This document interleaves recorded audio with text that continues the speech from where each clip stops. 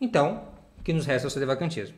Mas o jovem Arlan, um jovem de talento aí que publicou um vídeo recentemente, no qual faz a leitura de um artigo do site Archidiacre, onde se diz que Paulo VI foi universalmente aceito por todos os bispos como Papa, logo seria razão suficiente para demonstrar que ele de fato era Papa. Um Papa universalmente aceito é um Papa e não há contestação quanto a isso. Então esse é o argumento dele, que ele tira desse site francês chamado Archidiacre. E esse senhor Arlan, então, ele vai tentar dizer que, na verdade, então, toda essa questão do sedevacantismo é falsa, porque, afinal, todo mundo reconheceu Paulo VI como Papa. Somente alguns leigos, alguns padres, e mais tarde alguns bispos, como Monsieur Lefebvre, Monsieur Tuc, falaram contra e tal, mas a maioria deles reconhecendo a legitimidade de Paulo VI como Papa, pelo menos por um bom tempo, durante o tempo do Vaticano II e tal. Então, esse seria um argumento fatal contra o sedevacantismo, diz ele. E o senhor Conde Lupé, deixa eu mostrar ele aqui. Já estamos aqui, ó. Eu nem tirei da tela, né? Mas tudo bem.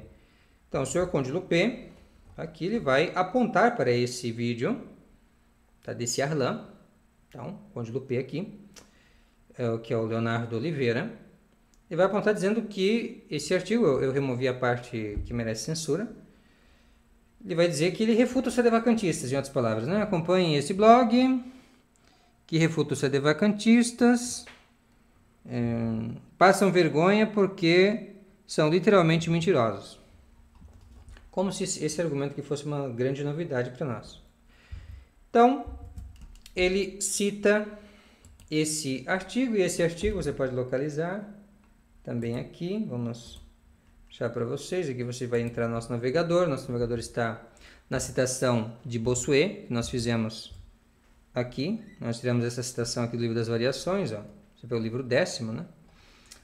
Número 56, sobre a questão do príncipe poder usar a espada para defender a igreja e a sã doutrina contra súditos que preguem contra a religião católica nos territórios de um estado, um príncipe católico. Então, aqui tem essa citação e aqui nós já temos o vídeo, tá, desse Arlan, vocês podem ver. Tá? Então, no site dele, aqui está sob o título Refutação ao sedevacantismo, Paulo VI, Papa universalmente aceito. E aqui tem os links também, ó, que ele coloca citações e tudo mais. Quem quiser conferir, eu gosto desse tipo de trabalho, sabe? Com citações. Até vou curtir aqui, ó. Isso é legal. Deixa eu ver se ele aceita. Aceitou.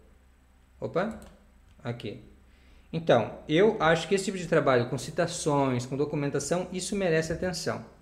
Tá? Isso é algo católico, entende? Agora, esse pessoal que fica criando espantalho, fazendo postzinho aí, falando coisa com coisa, isso eu não aceito.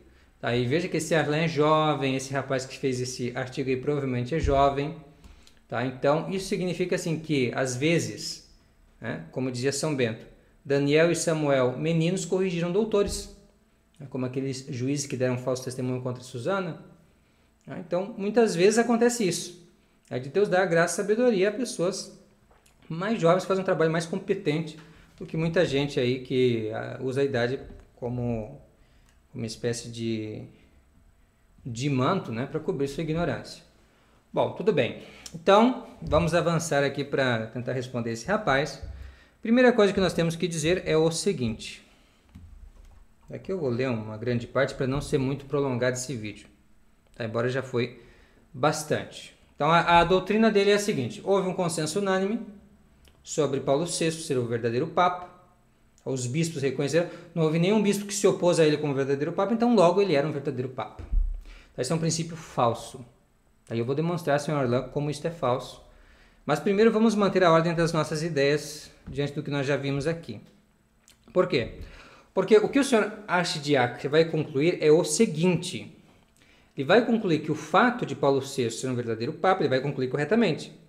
O fato de ele ser um verdadeiro Papa, então, diante dessa hipótese do consenso unânime, faz então que não haja nenhuma heresia nos documentos do Vaticano II. Ou seja, a Dignitatis Humanae que ensina explicitamente a liberdade religiosa, tal como os maçons a ensinaram no século XVIII, e os revolucionários sempre ensinaram, e os protestantes, anabatistas, socinianos, etc. Então, não é heresia. Então, qual é o problema disso aí? Então, aí a gente já entra num problema gravíssimo, que não pode ser contornado assim, de graça, assim, vamos, agora eu vou fechar os olhos para a realidade. Isso não existe no catolicismo, isso pode existir no protestantismo, enfim, em uma seita, não na igreja católica. Nós não podemos pular as dificuldades e os problemas. Então, se está estabelecido que a liberdade religiosa é uma heresia, é uma heresia. Se não é, prove-me o contrário. Mas enquanto nós tivermos o magistério da igreja estabelecendo que isso é herético, ninguém na igreja católica pode depois desatar isso a isso. Não existe. Não existe por quê? Porque é doutrina infalível da igreja. Acabou. Então não se pode voltar atrás numa coisa definida. Então, se uma pessoa está ensinando, seja quem for, um outro evangelho, uma outra doutrina sobre fé e moral, sobre o mesmo assunto, mesmo aspecto, como é esse caso aqui, não pode ser a igreja. É o impostor. É uma fraude. É isso que nós temos que entender. E isso que é a grande base, o fundamento do sedevacantismo. Então não adianta esses argumentos que tentam contornar a heresia, porque a heresia está ali, diante dos seus olhos. Então não adianta. Você não pode deixar lá, então, de enxergar o problema. Entendeu? Ele está ali. Então você tem que vencer essa dificuldade primeiro. Então o que nós escrevemos aqui é o seguinte. Se essa doutrina do Vaticano II é herética, como se demonstrou, e não tem como dizer que não, então como que esse critério poderia bastar? Ser suficiente para determinar que Paulo VI foi um verdadeiro Papa? Se um verdadeiro Papa não poderia ensinar uma doutrina herética. Não tem como. A fé de Pio IX, que condenou formalmente a liberdade religiosa na Quanta Cura, infalivelmente, ex-cátedra, sim, igualzinho o senhor Nogui gosta do ex-cátedra com definição solene e tudo aquilo ali. Ali tem todas as notas vaticanas, etc. Não tem o que tirar ali naquele documento. Então, a fé de Pio IX poderia estar em contradição com a de Paulo VI em matéria de fé e moral por conta das circunstâncias históricas. Então, naquela época era uma coisa, aí mudaram as circunstâncias, então mudou o conceito da igreja sobre liberdade religiosa. É possível? Não seria isso cair no modernismo teológico que nega a imutabilidade da verdade? Ou então, no fideísmo, que nega a harmonia entre fé e razão, por exemplo, não pode haver uma contradição entre as duas coisas? E aí nós temos uma contradição, falando sobre o mesmo assunto, no mesmo aspecto de uma coisa, depois dizendo o contrário. Uma negação, outra uma afirmação sobre o mesmo tema? Não pode, possível isso. Então, certamente seria. Se você quer defender uma continuidade, então você cai numa contradição, você cai no modernismo teológico, que é a negação da imutabilidade da verdade, da fé católica, do dogma. Então, certamente seria, e é por isso que podemos chamar o site Archidiacre de modernista propriamente dito. E o fideísmo e o tradicionalismo de Lamennais, que são correntes do século XIX, são os avós do modernismo pós-conciliar, ou seja, essa noção de que você tem que aderir à fé sem qualquer motivo razoável. E a fé ela pode ser absurda, inclusive. Com a ideia dos existencialistas, todos aqueles, até de Pascal, aí, Kierkegaard, todos esses filósofos já começam com essa ideia meio de absurdo dentro da profissão religiosa. Então não precisa haver uma harmonia entre fé e razão, mas na verdade a fé é uma aposta no escuro ou uma crença no absurdo que você necessita. Ou uma tradição que você recebeu, mas que não tem uma justificação racional. Então isso é um absurdo. Então esse é o erro que cai uma pessoa que aceita isso. Então, como a aceitação do Vaticano II exige a admissão da heresia modernista, há duas opções. Ou o Vaticano II é um falso concílio, promulgado por um falso papa, sedevacantismo, ou a Igreja Católica professa heresias, a partir de agora, que é uma doutrina blasfema, mentirosa, repetida por todos os hereges em todos os tempos. Portanto, a não ser que se prove que a liberdade religiosa e o ecumenismo pós-conciliar estão em harmonia com a doutrina tradicional da Igreja Católica, o que é impossível, a religião do Vaticano II não pode ser reconhecida como a mesma religião católica professada ao longo dos séculos. Aqui então se poderia dizer: contra facta non est argumenta. contra fatos no argumento. Então, assim, não adianta vir com essa história de consenso unânime, blá, blá, blá, se você tem aí esse elefante na sala de estar. Então, você tem todo esse problema envolvendo a aceitação de uma heresia. Entende? Então, não é possível a igreja ensinar heresia, mas, diante do que a igreja ensinou sobre a liberdade religiosa, essa doutrina do Vaticano II é herética. Então, não dá para defender isso. Não dá.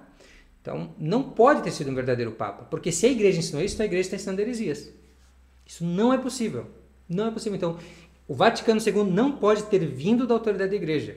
E é por isso que nós temos que dizer que Paulo VI não era um verdadeiro Papa. Simples. Simples assim. Agora, se a liberdade religiosa, então, prove, vamos lá. Se a liberdade religiosa, ensinada ao Vaticano II, tá, como está ali, dá para conciliar com os papas antigos? Ótimo, mas não dá. Não dá. Honestamente, não dá. Impossível.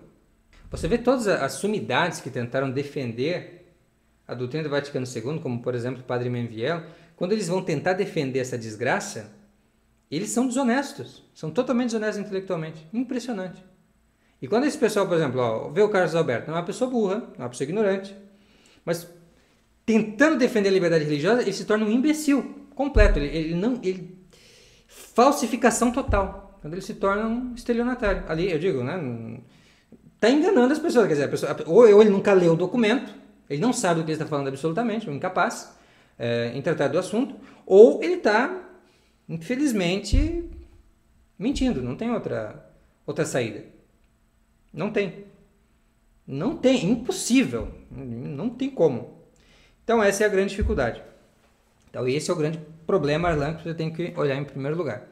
Mas depois tem o próprio problema, então, dessa ideia de que um consenso unânime dos bispos, como ele é suficiente para estabelecer, então, um verdadeiro Papa, então o não consenso dos bispos, por exemplo, ter um bispo dissidente, ter 2, 3, 10, 20 bispos que estão contra o Papa ou que não reconhecem o Papa, mas seria então suficiente para poder lançar dúvida sobre a legitimidade de um Papa. Então, esse princípio aqui é falso, absolutamente falso. Voltemos então ao ponto do archidiacre. Se esse argumento da unanimidade, assim apresentado, fosse verdadeiro, então seria também verdade que a rejeição do Papa por alguns bispos constituiria uma prova de que ele seria um falso Papa. Ou, no mínimo, que poderia sê-lo. Né? Poderia ser um falso Papa. É uma possibilidade. É tão certo que o archidiacre pensa assim, que ele precisa passar em revista todos os bispos para ver se porventura não houve algum que teria rejeitado Paulo VI durante o Vaticano II. E aí isso é muito engraçado, né? Ele vai passando cada um, diz, não, esse bispo aceitou Paulo VI, aquele ali também aceitou Paulo VI. Mas se algum desses não tivesse aceito, segundo ele, então isso lançaria dúvidas sobre a legitimidade de Paulo VI como Papa. Então, a partir dessa ótica, você já percebe a problemática dessa ideia do consenso unânime. Por quê? Porque, de certa maneira, faz a legitimidade de uma eleição papal, e de um papado como um todo, depender dos bispos. E isso aí cai numa espécie de galicanismo mitigado. Entendeu? Então, assim, quando o cidadão ali, com sede ao pote, ele tenta, agora achei um argumento para destruir o sedevacantismo. Aí, quando vai ver, o cidadão caiu num semigalicanismo. Basicamente isso. Então, por essa razão que eu não concordo com vocês. Entendeu? Então, vamos ver como isso não tem fundamento? Então, esse princípio de aceitação unânime, embora possa corroborar com o fato de uma eleição canônica em face de sua contestação, então ele pode servir como argumento para dizer, não, mas todos os bispos aceitam ele como Papa, logo ele é Papa, eu posso usar esse argumento para tentar corroborar este fato, como São Cipriano fez, por exemplo. Ele não é suficiente e absoluto. Não pode ser o critério final nessa matéria. E isso é muito fácil de demonstrar. Por exemplo, pela história eclesiástica ou então pela doutrina tradicional da igreja. Simples. Então, primeiro, vamos para 2 exemplos da história eclesiástica. Nós temos o caso do protestantismo. Houve muitos bispos que abraçaram o protestantismo, forçado pelos príncipes, mas abraçaram o protestantismo. Na Inglaterra mesmo, fora São João Fisher, um bispo, todos os demais abraçaram a revolta protestante com Henrique VIII. Então, teve vários bispos que a partir dali contestaram o papado. Disseram que a igreja apostatou no Concílio de Trento, por exemplo. Tá? E eram bispos. Foram sagrados bispos. Isso no rito tradicional da igreja. Tudo certinho. Então, ainda ali quando ainda estavam unidos ali com o Papa da época. E por conta disso, então, desses aí, alguém por acaso já pensou sequer imaginou isso, algum autor católico, que o fato de não haver esse consenso unânime, então, de haver muitos bispos que rejeitaram o Papa, a sua eleição, a sua validade como Papa se tornou algo contestável por conta disso? Claro que não. Por quê? Porque essa ideia do consenso unânime, ela não é necessária, a rigor. Então, se tem bispos que discordam dissidentes, o problema é deles. Então, se eles não têm realmente coisas melhores para dizer com relação a isso, não adianta. Então, é um princípio insuficiente. Isso fica mais explícito no caso do cisma do Ocidente, onde você, em todo o cisma, que durou 40 anos, em que havia, durante a maior parte, 2 clamantes ao papado, concorrentes, nenhum deles era aceito unanimemente por todos os bispos, um era aceito por alguns, né, a menor parte, que era o que mais provavelmente era o Papa, e o outro era aceito, então, por uma outra quantidade de bispos. Não havia consenso unânime. Se essa ideia do consenso unânime fosse algo necessário, né, ou então a falta desse consenso colocaria em dúvida o papado de alguém, então eles não ficariam ali 40 anos batendo cabeça para ver quem que foi eleito canonicamente. Por quê? Porque a base, tá, para a gente determinar se ele é um verdadeiro papa ou não, é a eleição canônica. Essa é a doutrina tradicional da igreja e não o consenso unânime dos bispos. Entende? Então, em nenhum momento ali, a igreja católica, com dúvida, não sabendo quem era o verdadeiro papa, não se conseguia estabelecer isso. Veja essa situação. Então, houve uma situação bastante complicada na história da igreja, o cisma do Ocidente, isso foi no século XIV até o século XV, se não me engano, começo do século XV, e ficou essa situação, sem saber quem era o papa, não havendo consenso unânime. E aí, então, porque não tinha o consenso, não tinha papa? A maioria das pessoas dizem que tinha realmente uma linhagem papal legítima ali.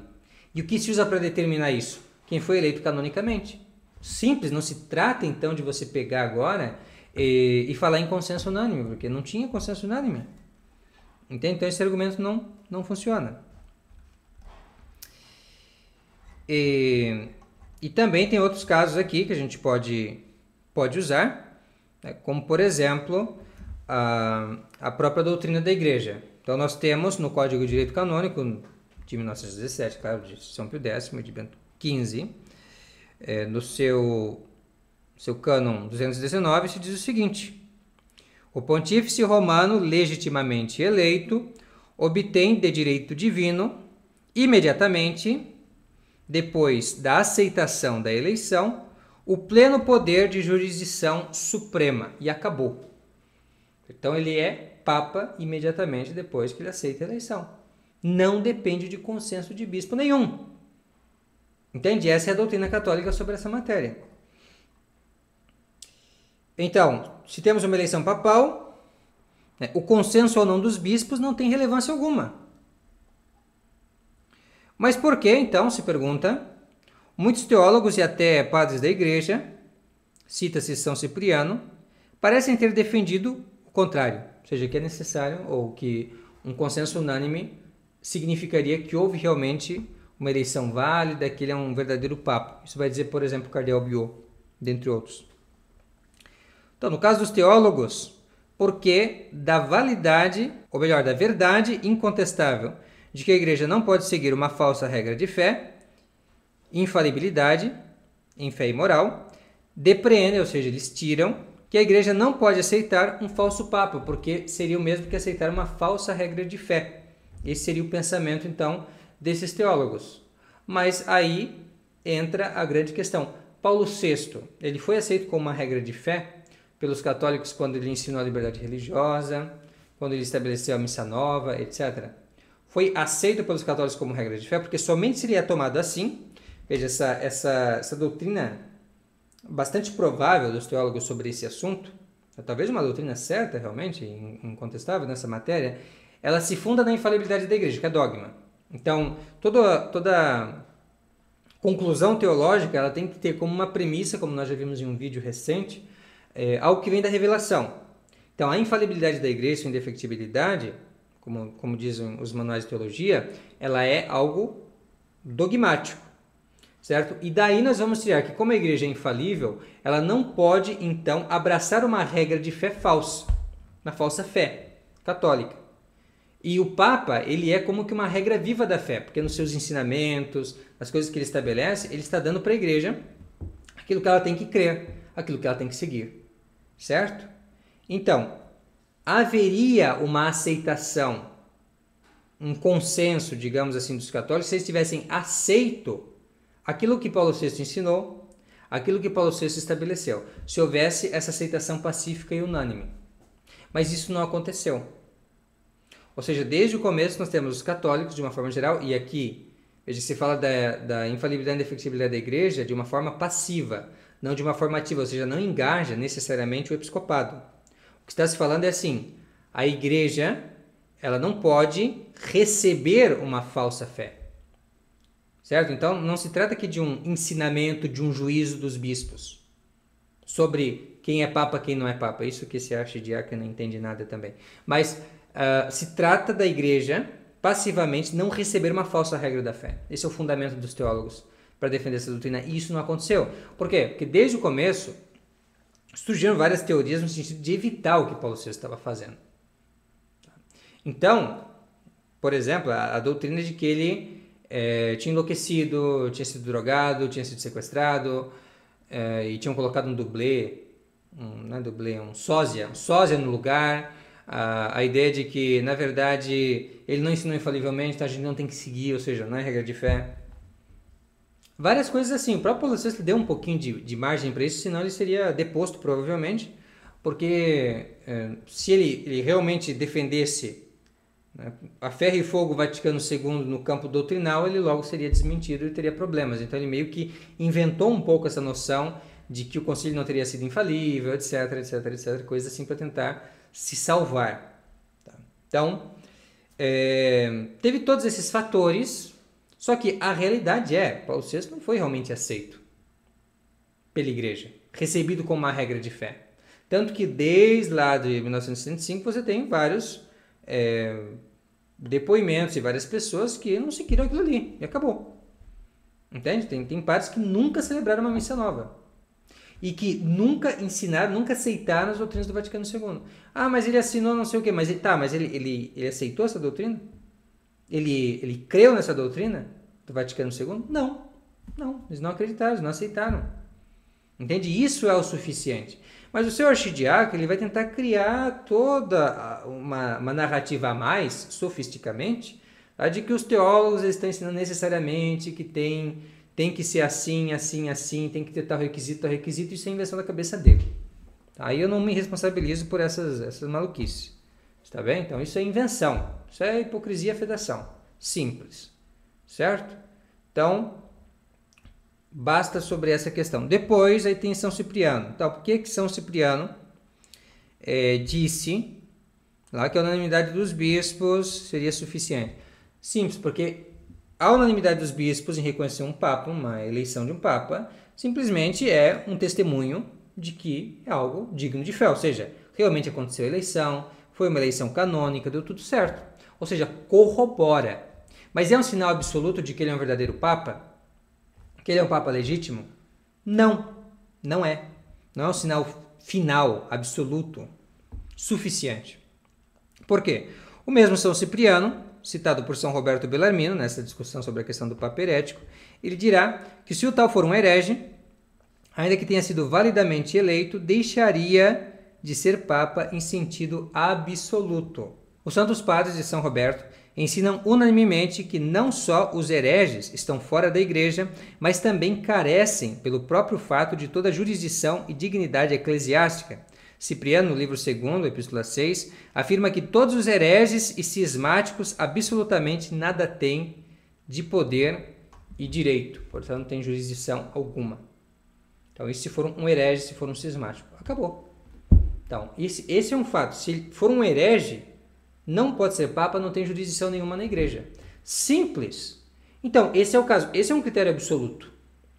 Tão absoluto que será repetido também no outro documento com ex apostolatus officio, que refuta completamente essa noção do consenso unânime, onde se dirá o seguinte: além disso, por esta nossa Constituição, que será válida para a perpetuidade, nós sancionamos, estabelecemos, declaramos e definimos que, se em qualquer tempo for evidente que o Romano Pontífice desviou-se da fé católica ou caiu em alguma heresia, como, por exemplo, da liberdade religiosa, do falso ecumenismo, etc., como é o caso de Paulo VI, então que tal promoção ou elevação seja tida como nula, inválida e sem efeito, ainda que tenha sido realizada conforme o consenso unânime de todos os cardeais, que é normalmente o que os bispos vão usar para aceitar a pessoa como papa na Igreja Católica, que é o que o direito canônico diz. Se ele foi eleito pelos cardeais e aceitou, é papa. Então, aqui está dizendo que esse consenso unânime dos cardeais em elegê-lo não é suficiente, se ele já foi um herege, e a sua eleição é inválida. Simples. E o que Paulo VI está dizendo aqui, de uma maneira bastante autoritativa, de uma maneira bastante clara, na verdade é uma lei divina. É uma lei que não se pode mudar na igreja, porque um herege ele não pode ser papa. E isso é o que vários canonistas dizem, e que Padre Tchekada ele cita canonistas do tempo pré-concílio Vaticano II, que falaram sobre o Código de 1917, que nós citamos aqui, e eles simplesmente dizem, é uma questão de direito divino, não uma lei eclesiástica que um papa estabeleceu. O papa simplesmente expôs, simplesmente regulamentou a partir desta lei divina que impede que um herege ele seja eleito como papa. É um impedimento. A heresia é um impedimento à elevação ao papado. Não tem jeito. E, portanto, não é uma opção. E, portanto, consenso unânime aí não serve de coisa nenhuma. Nenhuma. Então, eu encorajo o senhor Arlan a estudar essa questão mais a fundo. Leia, para começo de conversa, esse livro do Padre Tchekada, no livretinho, Tradicionalistas, a Infalibilidade e o Papa, para entender o argumento vacantista. E se tiver alguma dúvida, é só entrar em contato comigo pelo WhatsApp. Meu telefone é 47991013580. Agora, para terminar, é bom lembrar que Paulo VI é o primeiro Papa do século XX, que podemos dizer com certeza que foi rejeitado publicamente por um bom número de fiéis, padres e bispos, os quais não eram protestantes e liberais. Pelo contrário, os protestantes e liberais eram os melhores amigos de Paulo VI.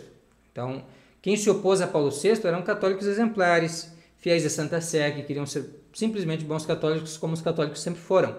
Então, o primeiro caso que nós temos disso, no século XX, talvez em toda a história da Igreja, quando, na verdade, Papa Paulo VI, ele está do lado dos protestantes, está do lado dos inimigos da Igreja. Os liberais estão aplaudindo tudo o que ele está fazendo, enquanto que os bons católicos estão perplexos com o que ele está fazendo, estão tentando entender o que eles vão fazer diante de uma coisa dessa, diante dessas inovações teológicas e disciplinares que ele está fazendo. Então, claro que isso gerou uma confusão e uma perplexidade, mas o próprio instinto de conservação e sobrevivência da Igreja resistiu a Paulo VI. Resistiu de várias formas, com várias explicações na hora, até de improviso, mas eles não seguiram Paulo VI como regra da fé. Isso é uma prova incontestável que ele não foi um verdadeiro Papa, que não teve o consenso da Igreja no final das contas, porque o consenso seria isso, seria a Igreja recebê-lo como regra da fé, e isso não aconteceu. Agora, aqueles que seguiram ele largaram o catolicismo e começaram a abraçar essa religião do concílio, que é essa religião herética que prega a liberdade religiosa, que prega falso ecumenismo, que prega uma missa, entre aspas, que é um culto protestante. A religião do homem, em outras palavras, como o próprio Paulo VI vai descrever a sua religião. A religião do homem, não mais a religião de Deus. Então, apostataram, abandonaram a religião. E aqueles que ficaram fiéis não seguiam Paulo VI de uma maneira ou de outra. Os bispos citados pelo archidiácono nesse respeito podem bastar para fornecer evidência neste respeito.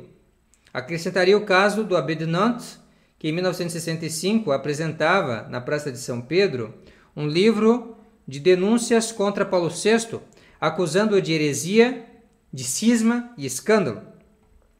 Mais conhecido ainda é o caso do padre Sáenz de Arriaga, do México, que defendeu publicamente que Paulo VI não era um verdadeiro e legítimo Papa. Contudo, mais evidente que tudo isso é a desobediência deliberada de milhares de católicos a aceitarem a missa nova, não obstante a maioria tenha reconhecido Apolo VI, porque esse reconhecimento deles é um reconhecimento falso, contraditório e escandaloso, imprudente, que somente serve como uma comprovação adicional de sua ilegitimidade como Papa. Por quê? Porque o fato da Igreja ela não recebê-lo como regra de fé, ou seja, não seguir aquilo que ele estabeleceu, tentar achar alguma saída, não quer dizer que eles tenham achado a melhor solução. Não significa. A infalibilidade da igreja não quer dizer impecabilidade dos membros da igreja. Então os bispos eles podem ter tomado decisões erradas, eles podem ter sido imprudentes, mas o fato é que eles nunca aceitaram Apolo VI como regra de fé. E o Vaticano II como regra de fé. Eles continuaram pautando a sua vida a partir do magistério antigo. Isso provavelmente é o que o Arlan faz, é o que o Archidiacre faz, é o que o Carlos Nogueira faz, é o que o Alessandro Lima faz, é o que esse Carlos Alberto, na medida do possível, faz também. Com todo o perigo que é você estar nessa sinagoga do modernismo, né, cheio de mais influências, cheio de mais companhias, enfim, mas eles tentam fazer isso. Seguir o quê? A regra de fé, que é o que ensinavam os papas antigos, e não essa falsa regra de fé do modernismo. Porque se eles seguissem isso a fundo, eles estariam fora da igreja, eles estariam professando uma outra fé, que não é fé católica, que eles sabem que não é fé católica. Então, no fim, todos os tradicionalistas são sedevacantistas. Eles apenas não se deram conta disso. Quanto que eu já me dei conta faz algum tempo. Eu estou tentando ajudá-los a ser um pouco mais coerentes e não tanto escandalosos, imprudentes, contraditórios e falsos, porque eles estão criando um reconhecimento falso, que não existe, porque eles não reconhecem como cabeça visível, não reconhecem como verdadeiro Papa esse pessoal aí. Certo? É apenas uma questão de etiqueta, enfim, qualquer coisa, mas eles não têm a Francisco, não têm a Paulo VI como uma regra de fé, e a partir do momento que eles têm realmente, que eles seguem toda essa heresia do Concílio Vaticano II, eles deixam a igreja. Simples. Se tornam hereges. Se tornam anabatistas, em um certo sentido, socinianos, maçons, liberais, modernistas, e é isso. E esse é o triste fim deles, se quiserem ser coerentes nessa lógica deles. Graças a Deus eles são incoerentes e ainda assim buscam ser católicos tradicionais, mas eu gostaria que eles fossem de uma maneira limpa, de uma maneira transparente, honesta e corajosa, no sentido de realmente dar um testemunho de fé contra essas heresias do Vaticano II, contra os seus falsos papas, e é por isso que eu os convido a ser sedevacantistas. E é assim que nós terminamos essa é a nossa contribuição a esse debate. Muito obrigado pela atenção. Fique com Deus e até a próxima. Tchau, tchau.